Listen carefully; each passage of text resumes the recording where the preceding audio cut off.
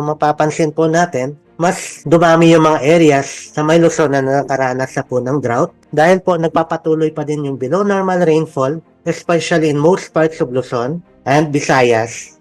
And mostly, kung mapapansin mo po natin sa dry spell sa drought ay kabilang po yung most areas ng Central and Northern Luzon.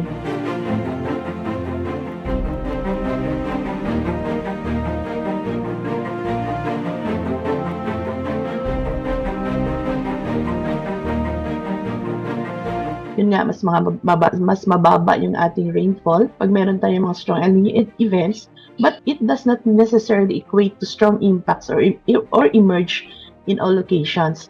Kaya nga, dun sa ating rainfall assessment, na doon sa Davao area, nagkaroon pa rin tayo ng mga pagbaha kasi doon na nagbibigay doon ng mas malakas na ulan.